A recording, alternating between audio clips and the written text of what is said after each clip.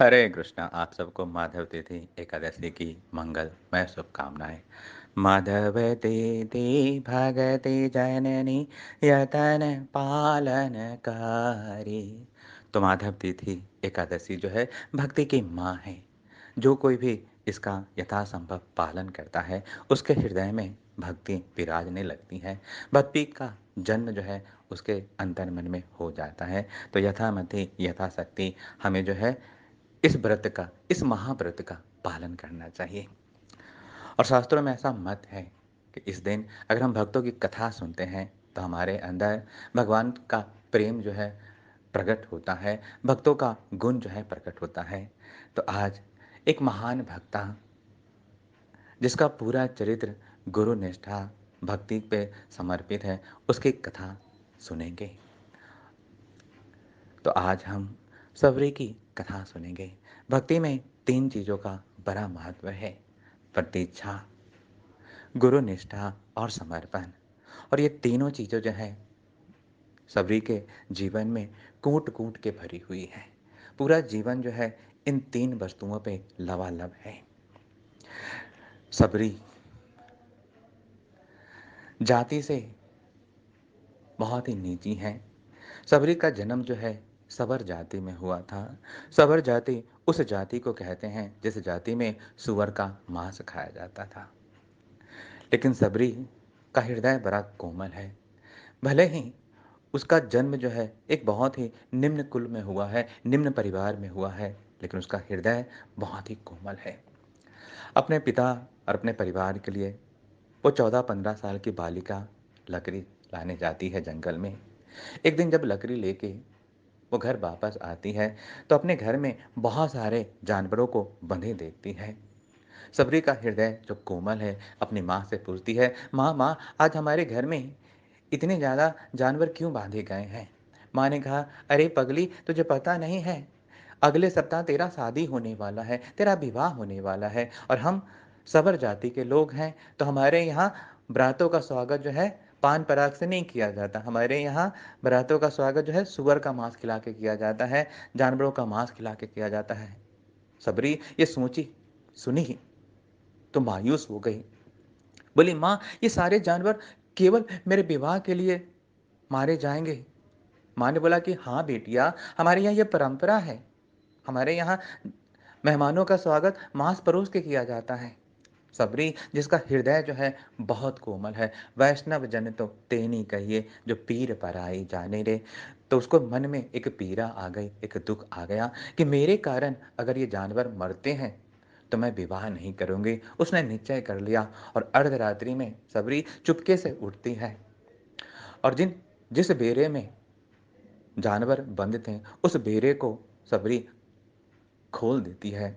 सारे जानवर जाते जाते सबरी को मन ही मन आशीष देती हैं कि हे बिटिया, जिस प्रकार तूने हमें आजाद किया है, तू भी इस जन्म मृत्यु के साइकिलिंग से आजाद हो जाए। और सबरी बेमकसद जंगल में भागने लगती है।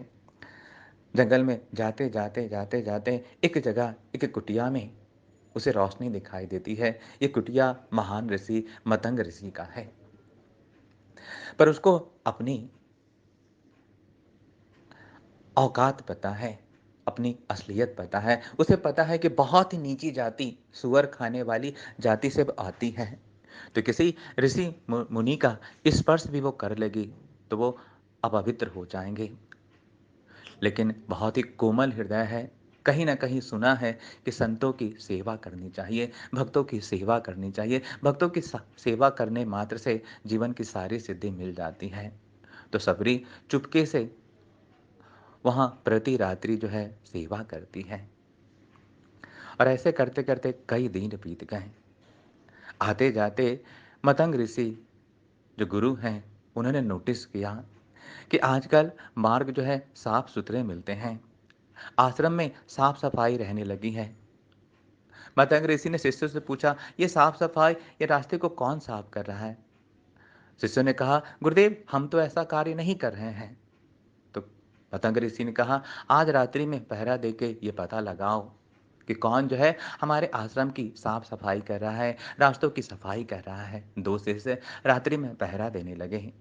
और अर्धरात्रि में देखा कि एक 15-16 साल की सांवली सी बालिका जो है हाथ में झाड़ू लेके आश्रम की सफाई कर रही है, सड़कों की सफाई कर रही है। उन्होंने उसे पकड़ लिया और सबरी रोने लगी। मतंग ऋषि भी आ गए। मतंग ऋषि ने पूछा, बिटिया तुम कौन हो, कहाँ से आई हो और हमारे आश्रम की सेवा क्यों कर रही हो? कई दिनों से मैं देख रहा हूँ तुम साफ सफाई कर रही हो। मतंग ऋषि की ये बातें सुन के वो सांवली सी बालिका सबरी फूट फूट के रोने लगी और अपनी सारी बातें उसने बताई। जब मतंग ऋषि ने ये बात सुनी तो कहा कि हे बिटिया, हर स्त्री के लिए विवाह जो है उसका सबसे बड़ा सपना होता है, पर निरीह जानवरों की हत्या ना हो, तुम्हारे विवाह में इनका मांस ना परोसा जाए, इसके लिए तुमने विवाह जैसे सपने को भी तोड़ दिया, अपने समाज से नाता तोड़ दिया। तो भले ही तुम नीची कुल से आती हो, लेकिन तुम्हारा हृदय बहुत बड़ा है। और हाँ, हमारे आश्रम में स्त्रियों का प्रवेश वर्जित है, लेकिन एक बेटी जो है इस आश्रम में रह सकती है। और तब से मतंग ऋषि की पुत्री बन के सबरी जो है पास में कुटिया बना के रहने लगी, भक्तों की सेवा निष्ठा करने लगी। कुछ वर्षों के बाद मतंग ऋषि के जाने का समय आ गया। जब सबरी को ये बात पता चली तो फूट फूट के रोने लगी, कहने लगी, हे गुरुदेव, आपके बिना मेरा क्या होगा? अब मुझे कौन जो है उपदेश देगा? किसके संरक्षण में मैं रहूंगी? तो सबरी की बात सुन के मतंग ऋषि कहते हैं कि हे बिटिया, मैं तो मर के भगवान के पास जा रहा हूं, लेकिन तुमने भक्तों की सेवा की है, संतों की सेवा की है, तुम्हें भगवान दर्शन देने आएंगे। बिना महत्व पाद सेवा निस्तार पाएवे केवा, और तुमने महंतों की सेवा की है, संतों की सेवा की है, भगवान तुम्हारे पास आएंगे। और इतना कह के मतंग ऋषि ने आंखें मूंद ली, सबरी फूट फूट के रोने लगी। तो भक्ति में कार्यों में तीन चीजों का बड़ा महत्व है: प्रतीक्षा, गुरु निष्ठा और समर्पण। तो जब गुरु जी ने सबरी को यह बात कही थी, सबरी मात्र 16 वर्ष की थी कि प्रभु श्री राम जो है माता जानकी के साथ, भैया लक्ष्मण के साथ तुम्हारे आश्रम में आएंगे। और तब से सबरी जो है उस रास्ते को बहारने लगी, कुटिया में फूलों को सजाने लगी, रोज जो है भगवान के लिए कंद मूल बेर लाने लगी। और ऐसा करते करते सबरी की प्रतीक्षा की एक चरम सीमा हो गई। सबरी 10,000 वर्ष की हो गई। 100 साल प्रतीक्षा नहीं, 200 साल नहीं, 500 साल नहीं, 1000 साल नहीं, 10,000 साल प्रतीक्षा करते हो गए, तब भी प्रभु श्री राम ने जो है उनको दर्शन नहीं दिया। शास्त्रों में ऐसा वर्णन आता है कि सबरी इतनी वृद्धा हो गई थी कि हवा चलता था तो जैसे सूखे पीपल के पत्ते जो है कांपते हैं, वैसे सबरी जो है कांपने लगती थी, उसका हृदय जो है डोलने लगता था। फिर भी उसकी प्रतीक्षा में कोई कमी नहीं आई। रामा रामा रटते रटते बीती रे उमरिया, रघुकुल नंदन कब आओगे, सबरी की डगरिया। ये गाते गाते बीत गए। गुरु निष्ठा, जब सबरी के प्रतीक्षा की घड़ियां बहुत ज्यादा होने लगी तो लोग उसकी वृद्धावस्था देख के कहने लगे कि मैया, तेरे गुरु ने झूठ कहा था, भगवान को आना होता तो कब के आ जाते। भगवान गुरु ने 16 साल की अवस्था में कहा था, अब 10,000 साल की हो गई मैया, तेरे गुरु ने झूठ बोला था। लेकिन लोगों के ताने सुन के, लोगों के व्यंग सुन के सबरी का विश्वास रत्ती मात्र भी डगमगाया नहीं। वो वृद्धा प्रतिदिन लाठी टेकते टेकते जंगल में जाती, प्रभु के लिए फल लाती, चक चक कर।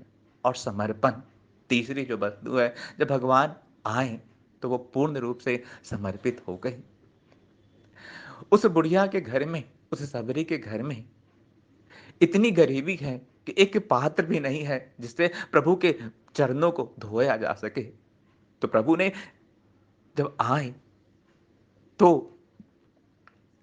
सबरी ने अपने दोनों अंजलियों को पारात बनाकर अपने अश्रु बिंदों से, अपने छलछलाती आंसुओं की बूंदों से प्रभु के चरणों को धोया।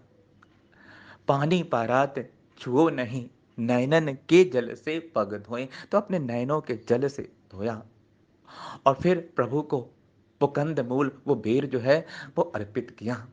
और भगवान ने भी ये बात कही कि आज तक तीनों लोकों में, हे भामिनी, हे मेरी बहना, ऐसा पदार्थ मुझे कहीं नहीं मिला था, ऐसा पदार्थ मैंने कभी खाया नहीं। तो क्या था? वो प्रेम था, वो भाव था। तो भक्ति में तीन चीजें बहुत ही महत्वपूर्ण है। प्रतीक्षा करना कि गुरु ने कह दिया है तो आएंगे, मेरे प्रभु आएंगे।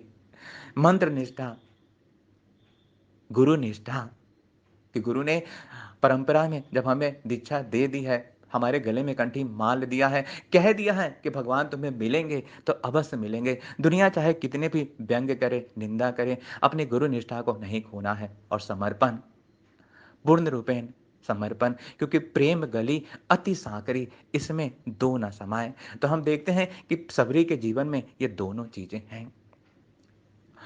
और भक्ति में जो सबसे बड़ी चीज है कि प्रभु जो है प्रेम का नाता मानते हैं, भक्ति का नाता मानते हैं। और जब सबरी कहती है कि हे प्रभु, मैं नारी हूं, मुझे उपदेश दीजिए, तो भगवान कहते हैं, सुन भामनी मोरी बाता, मानहु एक भगति के नाता। कि हे भामिनी, मैं जाति पाति के बंधन को तो बांधता ही नहीं, मैं तो केवल केवल एक नाते को मानता हूं, वो है भक्ति का नाता। मानहु एक भगति के नाता। जाति पाति कुल नाम बराई, अंत काल सहाय नाई। कि कोई सोचे कि मैं पंडित कुल से आता हूं, मैं चतुर्वेदी परिवार से आता हूं, मेरे पिताजी 4 वेद जानते थे, मैं भी 4 वेद जानता हूं, मैं त्रिपाठी परिवार से आता हूं, मैं 3 वेदों को जानता हूं, मैं द्विवेदी जी के घर से आता हूं, मैं सरस्वती ब्राह्मण कुल में जन्मा हूं, मैं कश्यप ब्राह्मण हूं। तो ये अच्छी बात है, लेकिन ये भक्ति में सहायक नहीं है। कोई कहे कि मैं बहुत ही सुंदर हूं, मैं बहुत ही उच्च शिक्षा वाला हूं, मेरा बड़ा मान है, मेरा बड़ा नाम है, मेरा बड़ा सम्मान है, तो भगवान इस बात को खारिज करते हैं। कहते हैं, सुन भामनी, हे मेरी बहना, सुन भामनी मोरी बाता, मानहु एक भगति के नाता। तो इस बात को बोल के भगवान ने सिद्ध कर दिया कि हर व्यक्ति का पथ जो है खुला हुआ है।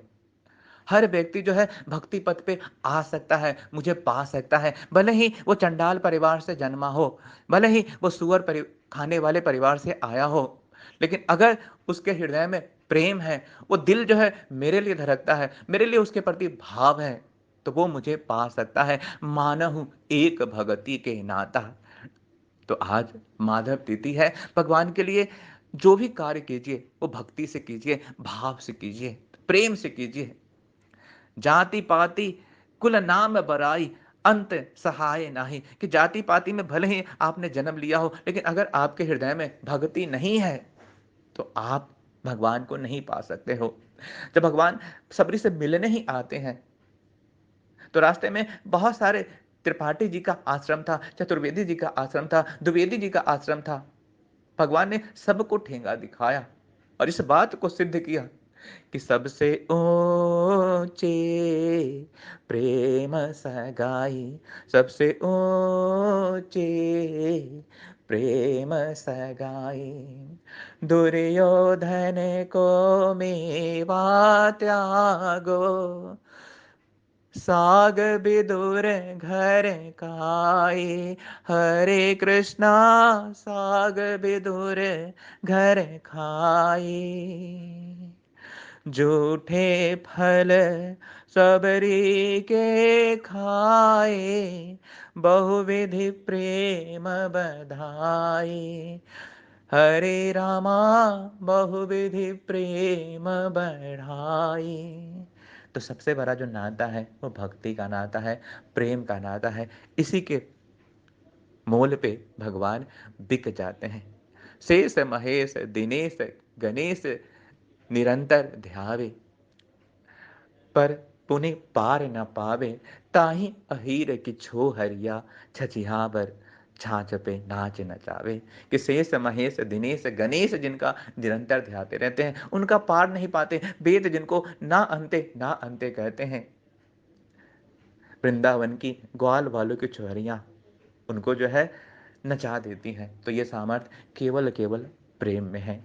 तो आज माधव तिथि है। आज माधव तिथि में भगवान का हर कार्य जो कीजिए, भक्ति के हर अंग का पालन इसी भाव से कीजिए। चाहे नाम जपिए, भगवान का पुस्तक अध्ययन कीजिए, भगवान के लिए भोग बनाइए, भगवान के मंदिर जाइए, भाव से कीजिए। क्योंकि मानहु एक भगति के नाता, सुन भामनी मोरी बाता, मानहु एक भगति के नाता। तो भगवान कहते हैं कि हे सबरी, हे मेरी बहना, एक मेरी बात मान लो कि मैं केवल केवल एक नाता मानता हूँ, वो है भक्ति का नाता। और संत बहुत अच्छी बात कहते हैं कि भक्ति की शुरुआत तभी होती है कि जब हम भगवान से कोई रिश्ता जोड़ते हैं। तो भगवान से कोई रिश्ता जोड़ लीजिए। वो रिश्ता जो आपके जीवन में नहीं है, भगवान को अपना पुत्र बना लीजिए, भगवान को अपना भाई बना लीजिए, भगवान को अपना पति बना लीजिए, भगवान को अपना दोस्त बना लीजिए। कोई एक नाता जोड़ लीजिए और उस नाते को सच्चे हृदय से निभाइए, ईमानदारी से निभाइए। हो गई भक्ति। त्वमेव माता च पिता त्वमेव, त्वमेव बन्धु सखा त्वमेव, त्वमेव सर्वं मम देव देव, त्वमेव सर्वं मम देव देव। तो भक्ति बहुत ही आसान है। भगवान से एक रिश्ता जोड़ना, उसको ईमानदारी से निभाना, भाव से निभाना, प्रेम से निभाना, भक्ति हो गई। भक्ति बहुत ही सरल है। भगति सकल गुण खानी, प्रेम से प्रकट भई मैं जानी। तो भक्ति बहुत ही सकल है, बहुत ही सरल है, प्रेम से बस वो प्रकट हो जाती है।